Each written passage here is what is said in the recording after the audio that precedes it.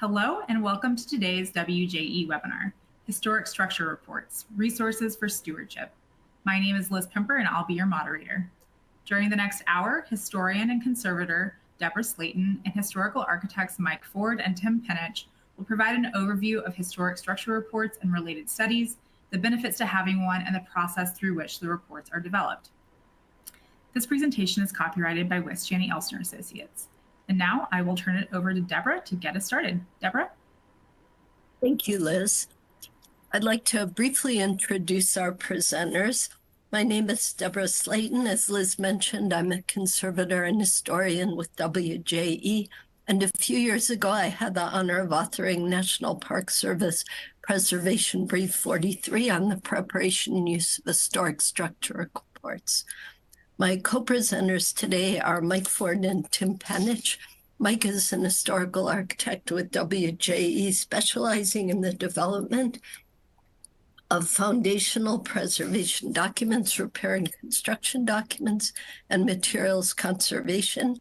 And Tim is an historical architect with WJE, specializing in development of historic structure reports, cultural landscape reports, historic American building survey documentation, National Register nominations, and architectural historical surveys.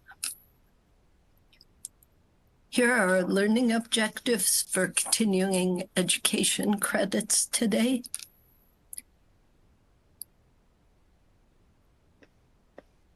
And here's an outline of our presentation. We'll be discussing historic structure reports, also known by the acronym HSRs, their definition and origins, purpose and use, and scope and methodology of projects. We'll be reviewing the organization and contents of the reports. And in addition to condition assessment, how we evaluate architectural character, significance, and integrity. And finally, we'll be talking about standards and treatment recommendations developed as part of HSRs. We'll be using small case study examples throughout the presentation and concluding with 4 case studies shown here in a bit more detail.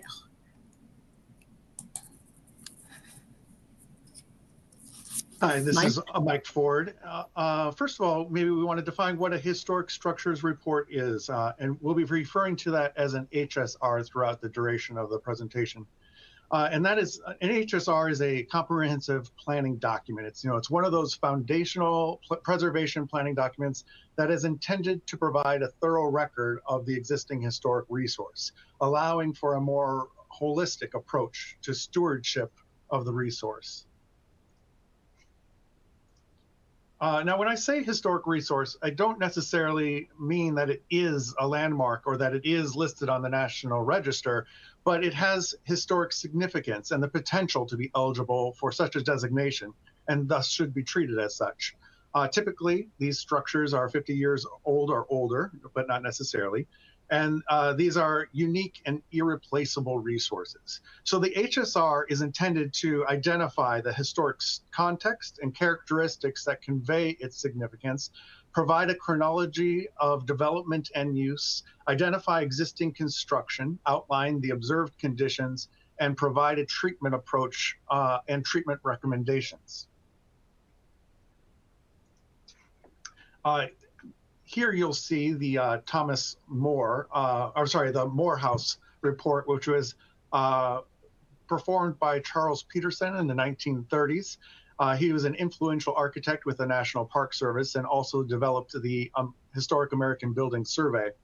And this report established the general intent and outline of what we now recognize as the HSR. So it's considered the first HSR. Before we go too much further, one thing that we often get phone calls from clients wanting to do condition assessments, and they own historic structures. And we often have that conversation with them about what their intent is with this. And here's an example of Alligator Reef Lighthouse, which was the client came to us wanting a condition assessment for this property that they had recently acquired, so they could get a better understanding of what repairs would be required under their stewardship. And the structure has a very unique history to it, and we recommended that we do an HSR so that we could capture that. Previously, an HSR had never been done, so this would allow us the opportunity to compile the history as well as the conditions, and then thus recommend a repair approach and treatment approach that would have a more holistic approach using its conditions as well as our knowledge of the history and how it evolved over time. Next, we have the Coronado Theater. Here, it was brought to our attention there is a distress condition that the client wanted us to look at. And through our conversation with them, we identified that this building, historic structures report might be the best approach. In the year 2000, this building had been rehabilitated. And so the HSR would allow us the opportunity to, one had not been done before, would allow us the opportunity to document what remained that was historic. And so that it also helped us pinpoint a project to address this more imminent concern of the cast stone and the steel framed windows. So the historic structures report was helpful in not only establishing a baseline for further repairs to this, but also in identifying a scope of work to treat this more eminently important condition.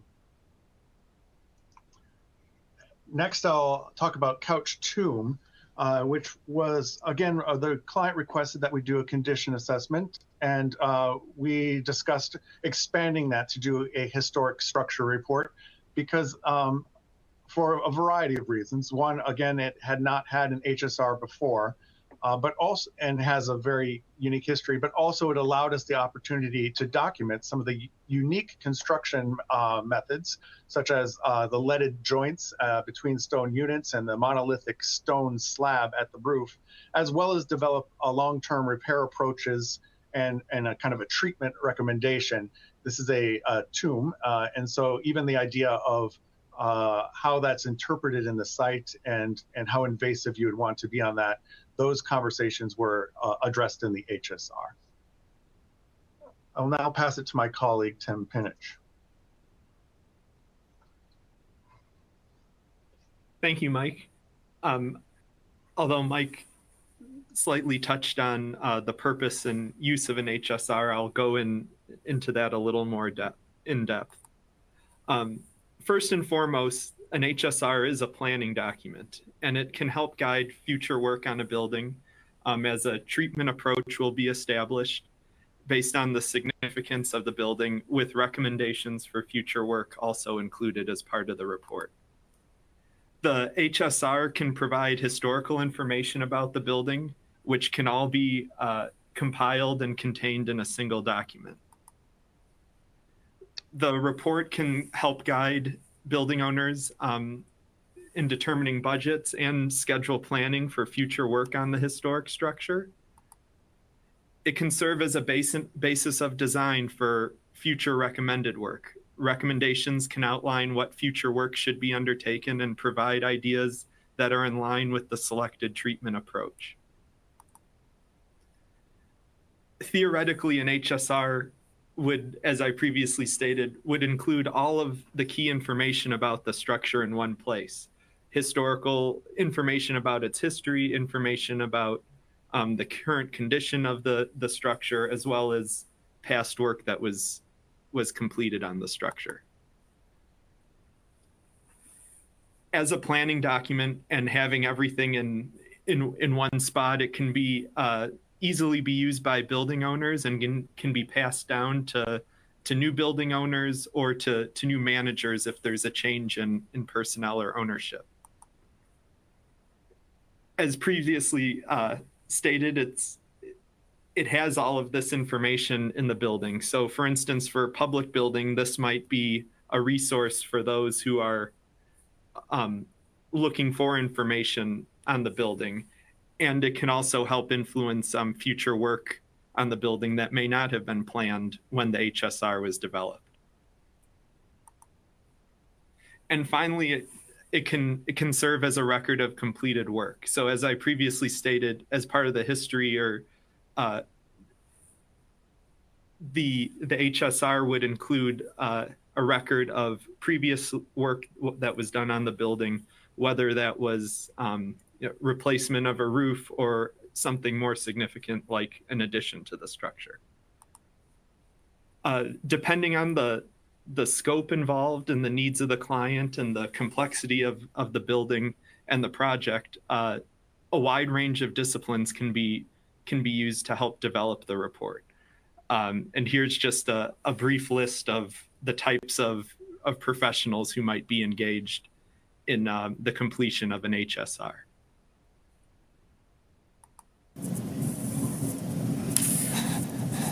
Looking at the scope and methodology and how one goes about developing an HSR, typically the first steps are a preliminary walkthrough and undertaking research and review any archival documentation that's available. This helps the architect or those preparing the HSR to get a better feel for the building, how complex it is. Sometimes a preliminary walkthrough might occur as part of the proposal phase, and it helps to plan for future site work in support of the HSR. The background research can include information provided by the owner on past work that they've completed, as well as it might include information that would be available in archives or other depositories, such as a local library. Usually we found it's good to have this information before we get on site, as it can help you understand what work has been done to the building and potentially why work was done to the building. The on-site work, once you've have a better understanding of the building, once you've completed the initial research and archival documentation, includes an investigation, reviewing the building and any structures. This can take, depending on the complexity of the structure and the size, it could sometimes take a day, a part of a day, or sometimes it could take several days or even weeks. And in addition, multiple visits are sometimes required. Using the information gained on site, you can begin to develop a description of the structure and outline any notable conditions that might be present. As part of this initial on-site investigation, you can take measurements to help develop measured drawings if needed, and then conduct any additional assessments or studies that are needed. Based on the information that was gathered during research and your time on site, then you can determine why the building's significant. In some cases, this might already be known, depending on the building, and you can also begin to assess the building's integrity. And both of these topics will be discussed further in the presentation. Finally, once you understand the significance of the building, you understand what conditions are present, you can select a treatment approach. And there are 4 approaches outlined in the Secretary of the Interior standards, which Deborah will go into further in our presentation. And these, once you've decided on approach, then you can develop specific recommendations for repair of the building. And then once you have all this information, you can put it together into a report. And the report can be developed in a variety of formats. Different public organizations have different preferences. And typically the reports are pretty extensive, depending on the size of the building. They could range from 50 pages for a small structure to 200, 500, and sometimes nearly 1,000 pages, depending on the scope of the project. So now to go into what actually is in the report, this is a outline showing what a typical report contains. First, you have an introduction. This kind of gives you any relevant background information, a summary of the study area, as well as any relevant project data. Part one, typically the HSR is considered to have two parts. Part one is the developmental history. It includes a brief history of the building and its context, discussion of its designers and builders, and any other important persons associated with its history and development. The chronology of development and use would describe the building as it was originally constructed, and then go into any modifications or change in uses. And this is all based on historic documentation, research, and physical evidence seen on site. The physical description describes the building, describes individual elements, materials, as well as spaces of the building, including significant and non-significant features of the building. Next is the evaluation of significance. A discussion of significant features, original and non-original materials and elements, and also an identification of the period or periods of significance. And then the condition assessment would describe any notable conditions of building materials, elements, as well as the potential causes of that deterioration, and a discussion of if it was undertaken as part of the study, materials testing, and analysis. Part two of the HSR goes into the treatment recommendations. First, there's the historic preservation objectives, which would describe the recommended treatment and provide a rationale for why it was selected and how it meets the project goals for future use of the building. Requirements of work outlines any laws, regulation, and other functional requirements that are applicable to the recommended work areas. And then finally, the work recommendations and alternatives presents different tasks recommended to realize the proposed treatment approach, evaluates the solutions, and then describes specific recommendations for work, including alternates if appropriate.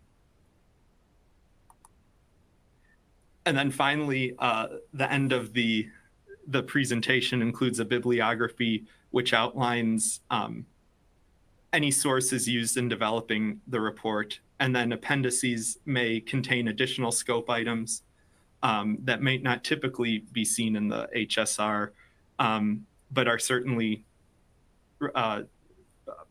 related to the building and its planning, such as a structural analysis, finishes analysis, drawings that were developed, and any relevant previous studies on the structures that might be relevant to the building. Here's a picture of Preservation Brief 43, which I believe a link to this document's included in today as part of the presentation. This is a document that was written by Deborah Slaton and is printed by the National Park Service and is a good reference and resource when developing HSRs. So now I'm just going to go through a few small case studies to give you an idea of what additional types of studies might be included as part of the development of an HSR. This is Bluffs Lodge, which is a multi-building former lodge on the Blue Ridge Parkway in North Carolina. The building dates to 1949, 1950. Currently, the building's mothballed and is awaiting potential reuse. And WJE was engaged by the National Park Service to perform an HSR for this structure. And given some of the conditions that were present, including water infiltration, deterioration of some of the exterior envelope materials, an additional study as part of the HSR, which required the use of an industrial hygienist, was included in this report. Additionally, HAB's Historic American Building Survey level drawings were included as part of this project. Evans Rendezvous is a historic nightclub building in American Beach, Florida, on Amelia Island. Constructed in circa 1951, the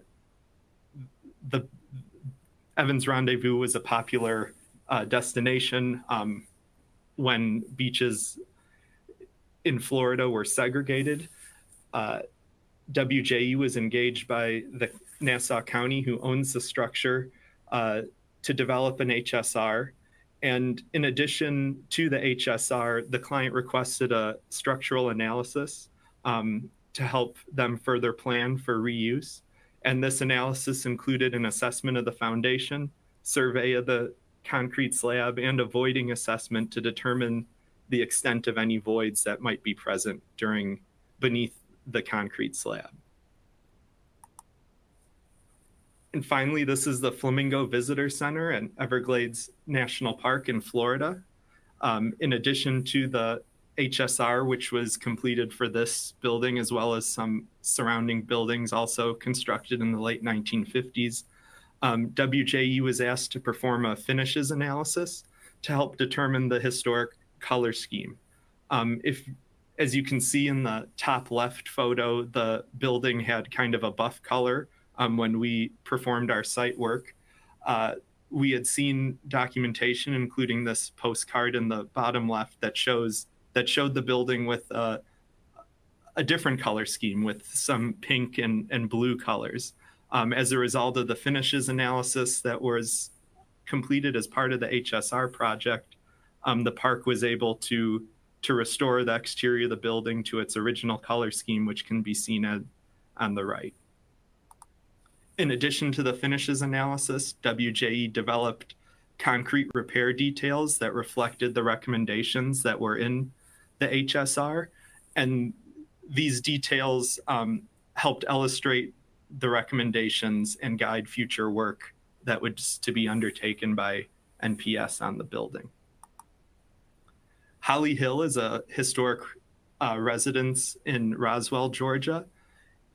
And WJE was engaged to perform a historic structure report, but the client, the city of Roswell, was also interested into recommendations on the site. So WJE engaged a historical landscape architect who provided recommendations for site and connections for the site, as well as connections to the neighboring properties.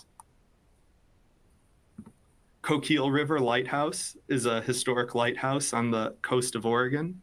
WJE was engaged to update a previous HSR. So while an HSR is a comprehensive report, there are times when you might need to update it and develop either a completely new report or an amendment to the previous report.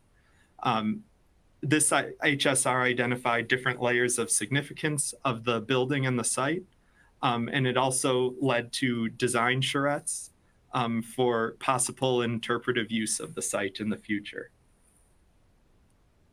And now I will pass it to Deborah Slaton, who will discuss architectural character. Thank you, Tim.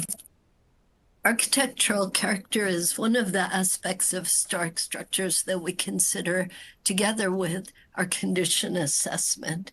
And the Secretary of the Interior standards embody two goals: preservation of historic materials and preservation of a building's distinguishing character.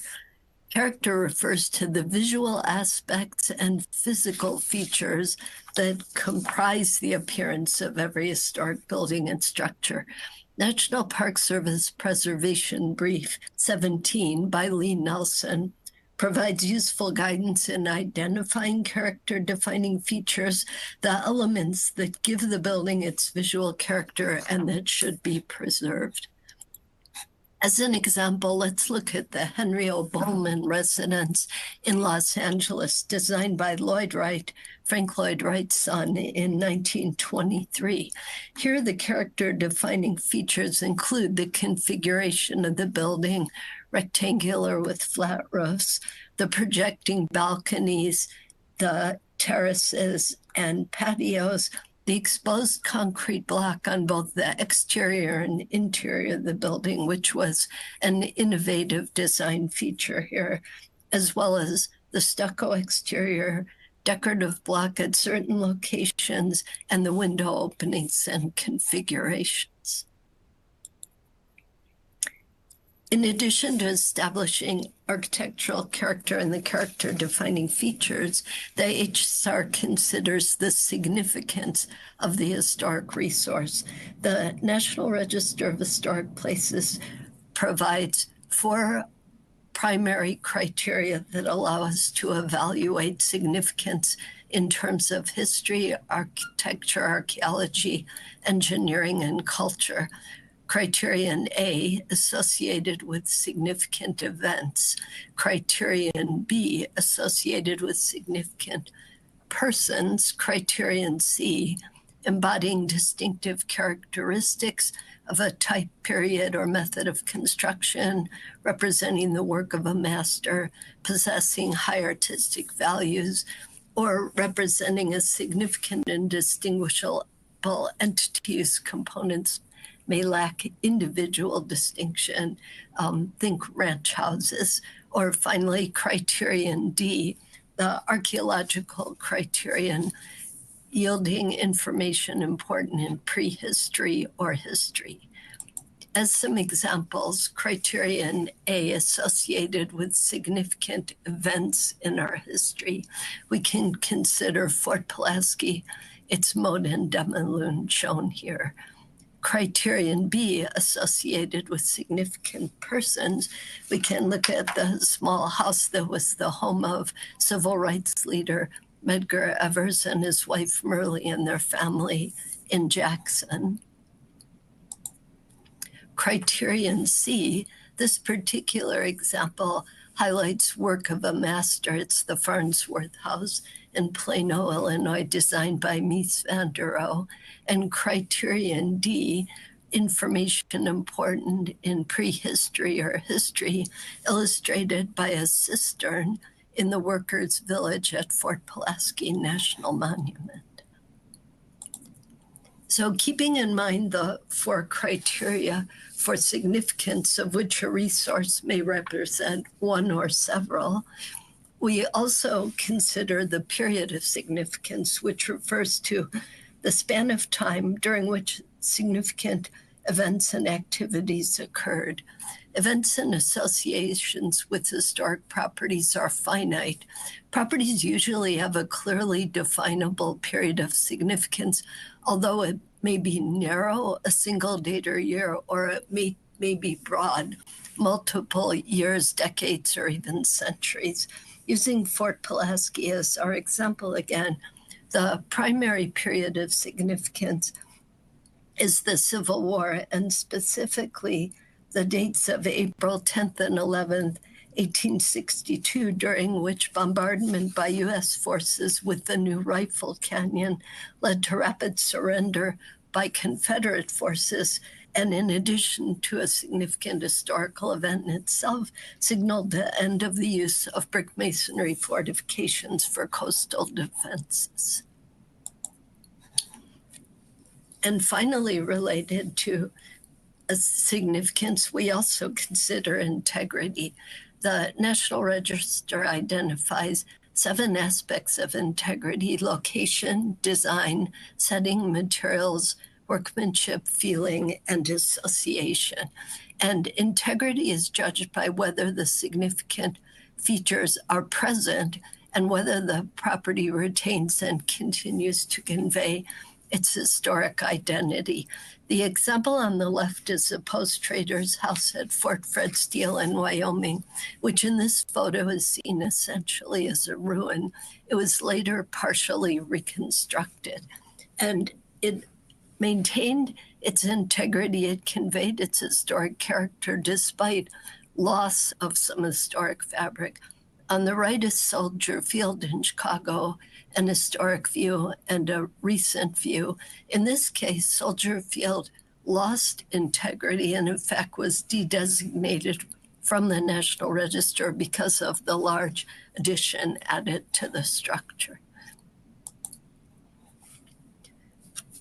Based on our assessment of conditions, significance, and integrity, we then are ready to look at treatments for the historic resource. And this is a key part of the historic structure report. And treatment decisions are based on the Secretary of the Interior standards for the treatment of historic properties, which come with helpful guidelines. And this document is available online. There are 4 overarching approaches in the Secretary of the Interior standards. Preservation, which focuses on sustaining existing form, integrity, and materials. Rehabilitation, which makes possible a compatible or continuing use for a property while preserving its historic features to the greatest extent possible. Restoration, which is the active process of accurately depicting the property as it appeared at a certain time by removing non-historic features or reconstructing missing historic features.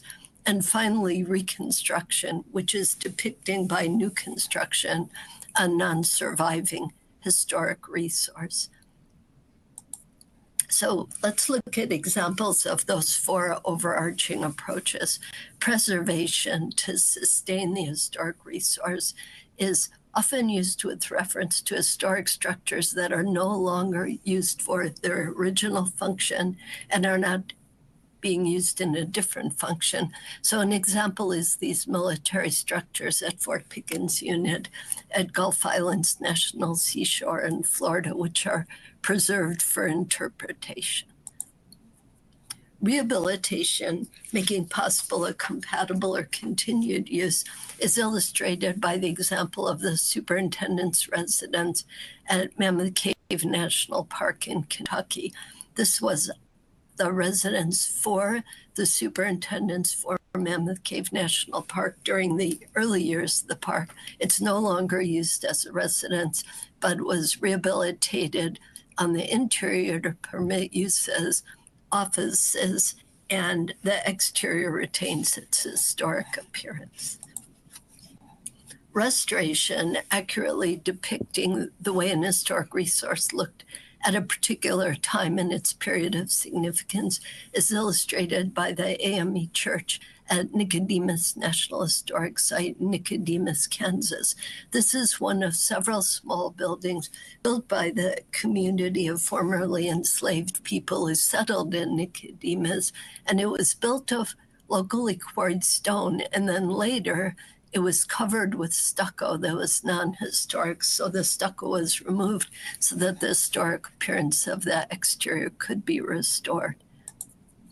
And finally, reconstruction, depicting by means of new construction a non-surviving resource. This is the factory and administration complex at Pullman National Historic Park in Chicago, and the building was documented through historic structure reports, and in fact, repair and maintenance documents had been prepared when arson resulted in a fire that caused loss of most of the structures. And the state of Illinois at that time made the effort to reconstruct large portions of the missing building. There are 10 standards for rehabilitation. There are also standards for preservation, restoration, and reconstruction. But we'll briefly look at rehabilitation because that's often the most commonly used. And the 10 standards are as follows. The first is that a property will be used as it was historically or given a compatible new use. The second is that the historic character of a property will be retained and preserved. So we want to retain the character defining features. The third standard is that each property will be a physical record of its time, place, and use, so conjectural features will not be added. The fourth is that changes that have acquired historic significance in their own right will be retained and preserved. An example would be the rookery in Chicago that was designed by Burnham and Root, and then the interior partially renovated by Frank Lloyd Wright. The fifth is distinctive materials, features, finishes, and construction techniques or craftsmanship will be preserved. More on that in a moment. The sixth, possibly the most often cited, deteriorated historic features will be repaired rather than replaced. And when replacement is needed, new features will match the old and will be substantiated by documentary and physical evidence. Chemical or physical treatments will use the gentlest means possible. Archaeological resources will be protected and preserved. And then the last two standards pertain to guidance for new additions, alterations, or new construction. Let's look at three standards in a little more detail briefly. So for standard 5, distinctive materials, features, etc., will be preserved. This is Bailey Magnet School, 1936 in Jackson, Mississippi, designed by Overstreet and Town. It's completely constructed of exposed concrete. At the entrances, and the picnic tables on site are concrete, so all character defining features. Standard 6, deteriorated features will be repaired rather than replaced, and replacements will match. These are examples of ornamental features at the Wyoming State Capitol, 1890 in Cheyenne, and the image on the left shows some of the stone deterioration, and the center and right images show redressing of deteriorated stone and installation of a matching Dutchman carved to match the original. And standard 7, treatments shall use the gentlest means possible. Cleaning is perhaps the best and most common example to illustrate application of this standard. Here are 3 cleaning trials that show a surface that's inadequately cleaned, a surface that's over cleaned, and then a surface that's appropriately cleaned. So we want to avoid damage to historic materials. So all of these standards guide the development of treatment recommendations for the HSRs. We're now going to look at a small number of case studies in more detail to illustrate the process and the treatments decided upon, and I'll turn this over to Mike. Thank you, Deborah. Yeah, I'm going to start with Fort Atkinson, which on a side note is one of those projects that really warms your heart, because when you're out there and you're able to talk to the people and that live in this community, you see how important this site is to not only the community, but the people that live in it. And it really is a testament to the importance of preservation in our society. It's one of those moments that you're like, you just feel good about yourself for improving, for helping on these resources. So besides that little segue there, Fort Atkinson, it's located in Fort Atkinson, Iowa, which is in the northeastern part of the state. And it was developed, we developed a historic structures report and subsequently some repair documents as part of a project that was partially funded by Save America's Treasures grant. And so Fort Atkinson was an active fortification between 1840 and 1853, and was a significant part of the forced relocation of the Ho-Chunk Nation from their ancestral lands in present-day Wisconsin. Now, the original fortification consisted of approximately probably over 11 structures that were surrounded by a palisade, as well as a number of ancillary structures adjacent to the site. And there we go. And 2 of those, so as you see here in this image, over time they had fallen in disrepair. The 2 images to the left show what are the North Barracks, the bottom one in its present-day state, and the upper one showing how part of the building had collapsed. So it was in ruins there, partial ruins at least. And then in the foreground, up to the right image there, you see the foundations of some of the other buildings that were there. This site had extensive archaeological survey done from the 1930s all the way to the 2000s. But not a lot had been recorded on the actual built, the structures that were still extant. So the HSR was able to look at those in more detail. Now, not only was the site significant for for the relocation of the Ho-Chunk Nation, but also as part of Iowa's early conservation efforts. So in the 1920s, the state purchased the land, and one of their first tasks was to construct reconstruct a blockhouse. So that blockhouses are located on the left side. You see an original blockhouse above, and then the reconstructed blockhouse on the lower image onto the left side there. And so that was a part of another period of significance for this site. The image to the right here is the powder magazine, which is a unique structure as well. So by the time, when we're doing the HSR, there are a total of 4 extant structures. We have the North Barracks, we have the 2 blockhouses, one that dates to the 1920s, and the powder magazine.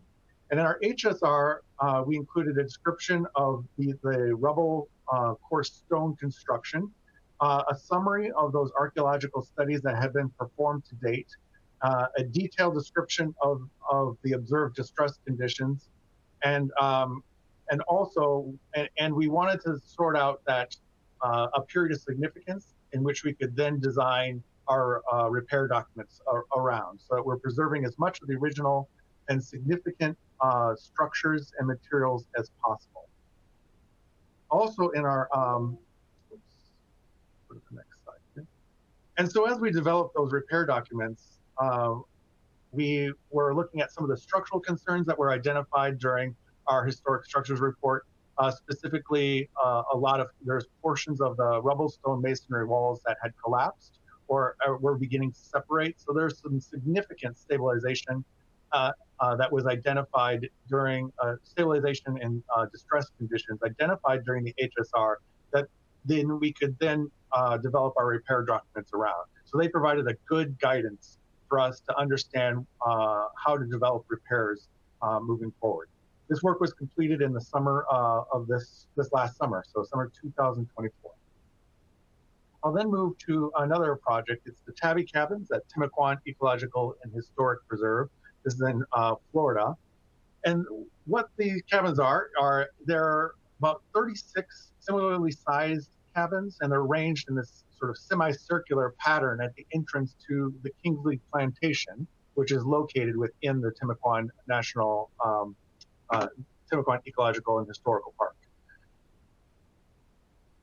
And as you see here, there's a unique, they have tabby concrete, which is a vernacular, it's a kind of a vernacular material made from oyster shells.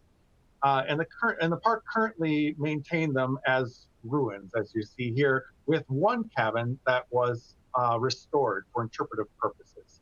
So on the upper right image, you see a detail of what that concrete looks like while we're on site. The bottom image is a restored cabin, and the image to the right is typically what the ruins are currently look like. And there was a lot of different interpretations, or I should say maintenance practices that were being performed. And so our HSR, one of the requests they had was that the HSR provides some guidance on how to best maintain these resources. So on the far right, you have a very sort of a cementitious coating that was applied over the top of the walls, and you still get an understanding of what that tabby concrete is. Whereas the other 2 images show different application techniques of applying a lime render, a thick lime render that concealed the concrete, but also in some ways protected it and were maybe more representative of how that structure was, that surface was originally treated. And our HSR identified an approach for treating the concrete that would allow us to interpret what it was, what the material is, as well as preserve it for a longer period of time. Here we did some material studies and of the concrete itself, not only to evaluate its composition, but also its conditions that we're observing in the field. And with that, I think I'll pass it to the next case study with Deborah. Thanks, Mike. The Martin Luther King Jr. National Historical Park in Atlanta is an historically Black neighborhood with commercial, residential, and religious buildings dating from the late 19th through the early 20th centuries. The neighborhood represents the formative years of Dr. King's life from 1929 through 1948. That's the period of significance. And nearby is Ebenezer Baptist Church, where King's grandfather, father, and later King himself served as pastors. We developed historic structure reports for 8 buildings within the study area, and concurrently the project team with Liz Sargent, HLA, developed a cultural landscape report for the area. And you can see the different character areas in the colored slide here. For the HSRs, one of the interesting buildings was Fire Station number 6, which was constructed in 1894 and served the community until the 1990s. It was initially segregated with white firefighters serving a Black neighborhood. And in the 1960s, it became the second fire station in Atlanta to be racially integrated. The additional HSRs we developed for this project were all for residential buildings on Auburn Avenue. And the street retains its historic character, but many of the buildings have had significant changes to the interior, some changes to the exterior, and various problems such as structural deficiencies related to changes in use over time. They began as single-family houses and were later rental properties. The overarching treatment for these buildings is rehabilitation. They are used as residences or as staff for park personnel.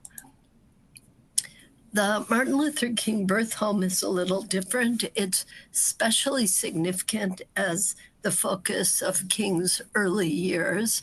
And we did quite a bit of archival research to understand how the birth home had changed or been preserved over time.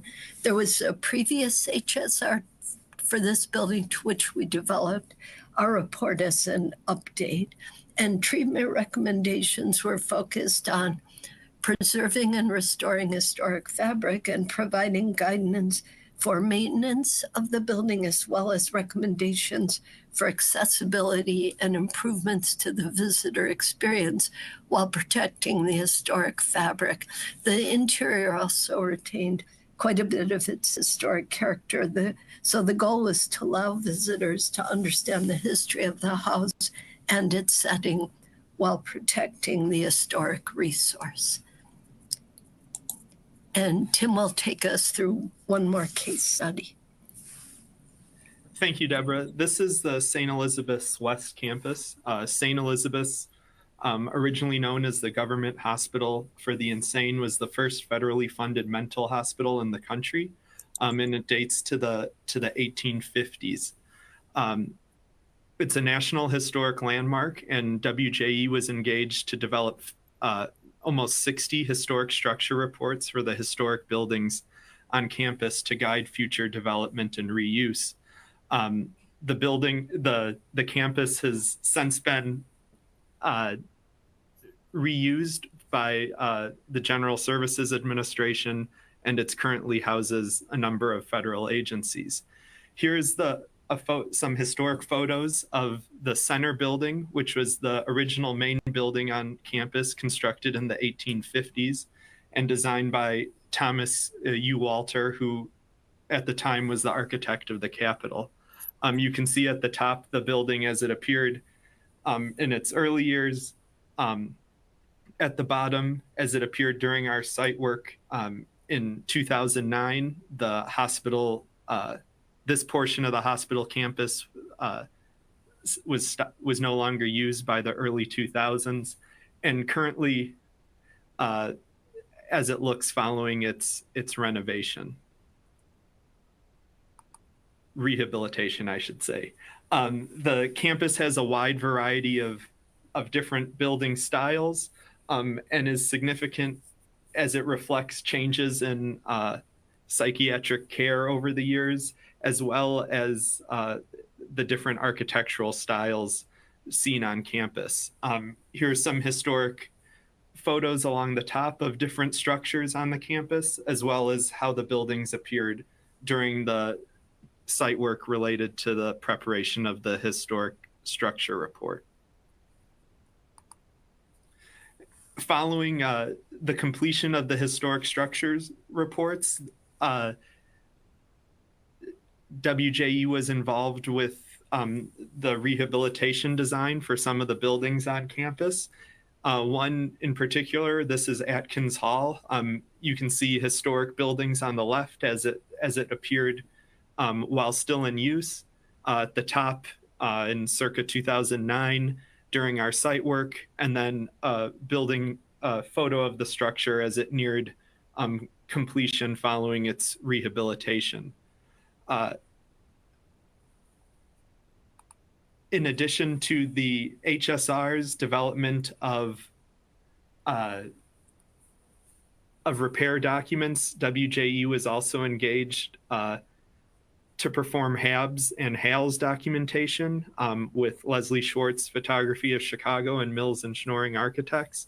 And these were completed concurrently with the historic structure report, as many of the buildings were being rehabilitated and reused. These documents helped provide a record of the building before this work was completed. WJE was responsible for the development of the narrative portion of the HABs documentation. Thank you, Tim.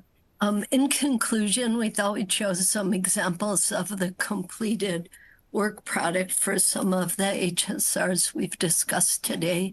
They're available online, and if they are done for federal agencies, then they are typically public information. Here's some of the related studies that can be done in concert with an HSR, or if previously prepared, can be useful sources of information for an HSR.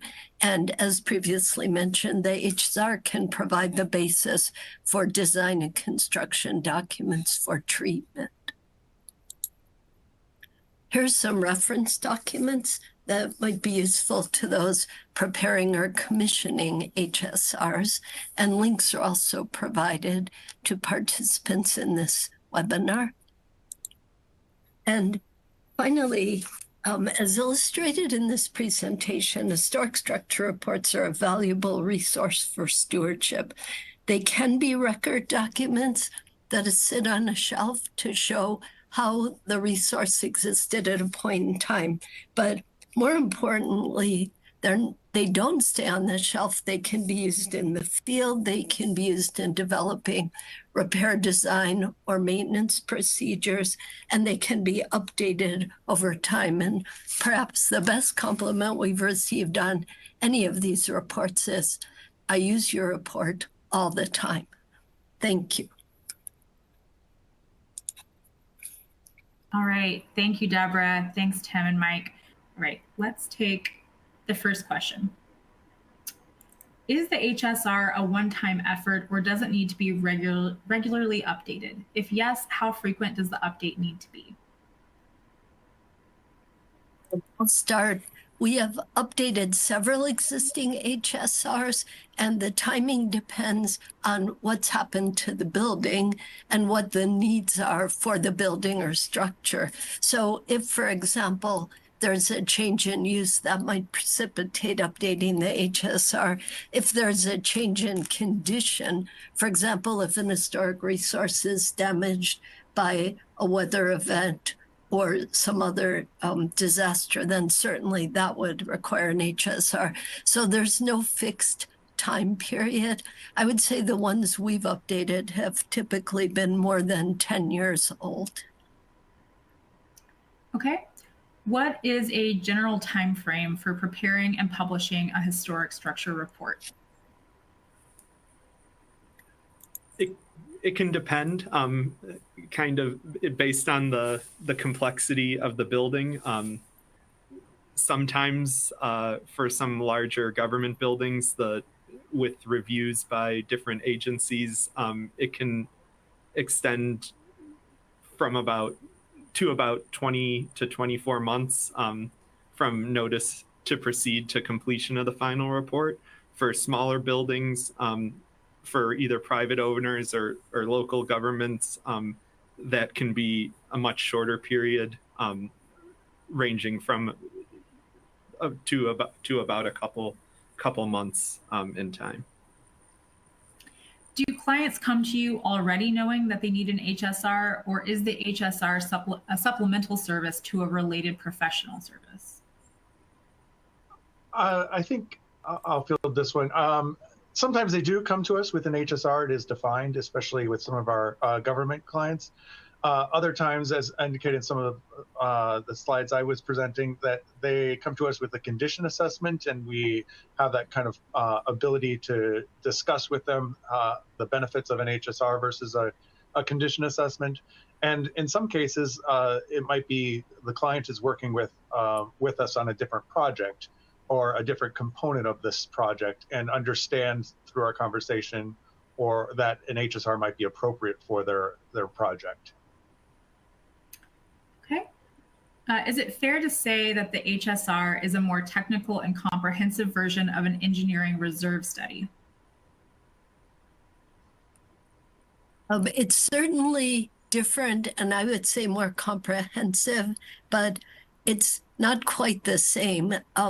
So a reserve study is similar in that it's planning for future maintenance, and it's evaluating condition in order to make the recommendations and a budget for what's needed in future maintenance.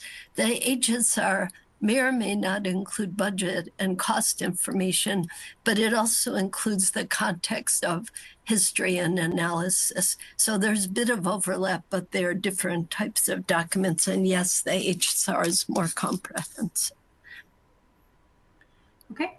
What happens when the building's strength or stability falls below modern standards of safety, for example, resistance to wind and or seismic? In the UK, we have listed buildings which lead to very restrictive measures which can apply, but we don't have seismic retrofit requirements. That's a great question. And I think the simplest answer is the HSR would look at defining treatment recommendations that follow the Secretary of the Interior standards and preserve as much historic fabric as possible while allowing the structural changes that are needed. And we actually encounter this fairly regularly, both with needed seismic retrofit and with other types of structural intervention. For example, we were developing an HSR for a museum at Tuskegee Institute. That's where George Washington Carver had his botanical laboratories, and discovered a failure of a truss in the building during the HSR assessment. So there had to be an appropriate intervention designed at that point. Okay, next question. For rehab of a National Register listed bridge, is it considered acceptable to totally replace in kind deteriorated concrete elements while retaining all CDFs and still meet the Secretary of Interior standards? Oh, that's a great question. Mike and I are working on an historic bridge right now, and we've all worked on many in the past. I would say complete replacement of concrete features is something that we should generally avoid, but certainly with bridges, while we want to retain the historic fabric as much as we can, there often need to be changes to meet the required load ratings or to address safety concerns. So, for example, we might strive to retain the abutments, which are character defining, but document for record purposes and then replace the bridge deck, which is less visibly character defining. And there's quite a bit of published guidance about working with historic bridges, but typically through the state DOTs rather than the National Park Service. Okay. Are there guidelines for accessibility when restoring historic structures? Is it just case by case? There are guidelines. The National Park Service actually has publication on accessibility for historic structures that can be referenced alongside ADA and ABAS requirements. Okay. Another Department of Transportation related question. This person said, as a project reviewer for the North Dakota DOT, we see evaluations of NRHP integrity relative to the stated NRHP significance, but also evaluations where structural condition is treated as independent or even superseding NRHP significance. Should the HSR incorporate both approaches? In my opinion, yes. Mike or Tim, do you want to add to that? I would just say yes, we would, if there were structural concerns, and just speaking more from a building standpoint, we would incorporate those and provide recommendations on how to address those, and do our best to also to not do our best, but to make those necessary repairs in keeping with the Secretary of the Interior standards.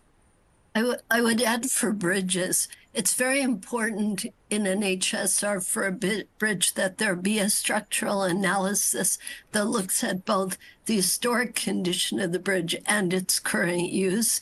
And that has to be really properly understood in order to make those decisions. And remember, the HSR is not the design document, but it sets the basis for future design of repairs, retrofit, etc. Okay, I think we've got time for one more question. How do you recommend handling historic features or elements that were originally poorly designed or constructed, but are undeniably historic features of a structure?